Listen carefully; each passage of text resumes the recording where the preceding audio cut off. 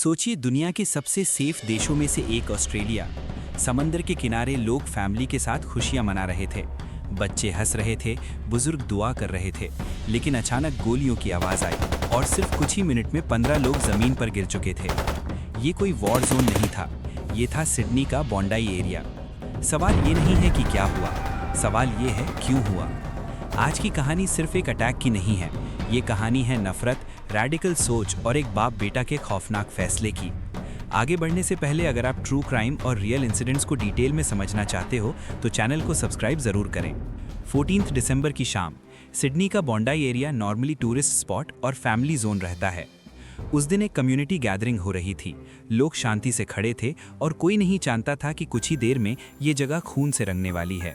शाम के लगभग 6:45 बजे थे। ऊपर से अचानक फायरिंग शुरू होती है।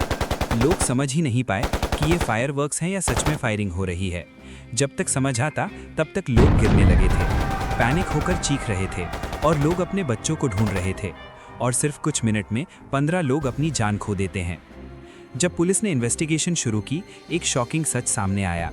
ये कोई फॉरेन टेररिस्ट ग्रुप का स्लीपर सेल नहीं था, ये थे एक बाप और बेटा। पहला साजिद अकरम, उम्र करीब 50 साल। प्रोफेशन बताया जा रहा है लो प्रोफाइल लेबर या ऑड जॉब्स था। दूसरा उसका बेटा नवीद अकरम, सिर्फ 24 साल का है। प्रोफेशन बताया जा रहा है नवीद ब्रिकलेयर या कंस्ट्रक्शन का वर्क करता था। दोनों ऑस्ट्रेलिया में ही रहते थे, नॉर्मल लोगों जैसे दिखते थे, लेकिन उनके दिमाग में कुछ और ही चल रहा था। प्राइमरी मोटिव बताया जा रहा है कि religious hatred plus extremist ideology है। अटैक स्पेसिफिक कम्युनिटी गैदरिंग को टारगेट करके किया गया था। अथॉरिटीज ने इसे आइडियोलॉजिकली मोटिवेटेड वायलेंट अटैक बोला है। सेकेंडरी फैक्टर्स ये हैं कि radical content consumption, online, social isolation और एक्सट्रीमिस्ट प्रोपेगेंडा से इन्फ्लुएंस हुए थे। पुलिस को पता चला कि ये दोनों ऑनलाइन एक्सट्रीमिस्ट कंटेंट देखते थे। वीडियोस, हेट स्पीचेस, एक आइडियोलॉजी जो सिखाती है तुम अलग हो, बाकी दुश्मन है। इसी जहर ने धीरे धीरे इनके दिमाग पर कब्जा कर लिया था। मीडिया के मुताबिक अटैकर्स ISIS या एक्सट्रीमिस्ट प्रोपेगेंडा से इंस्पायर्ड हुए थे। ऑनलाइन एक्सट्रीमिस्ट वीडियोस और हेट कंटेंट फॉलो करते थे।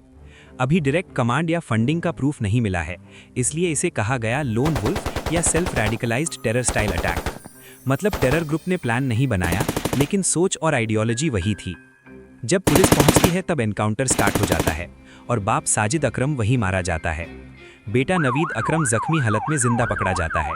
उस पर मल्टीपल मर्डर और टेररिज्म के चार्जेस लगते हैं।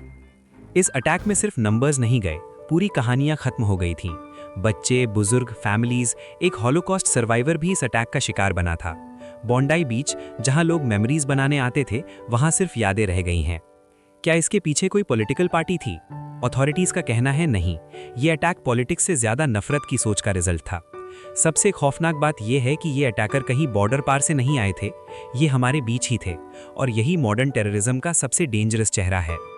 इस केस की सबसे डेंजरस बात सामने आती है कि अटैकर कोई बॉर्डर से आया टेररिस्ट नहीं था, वहीं सोसाइटी के बीच रहता था और रेडिकलाइजेशन क्वाइटली हुआ और फैमिली के अंदर प्लान बना रहे थे।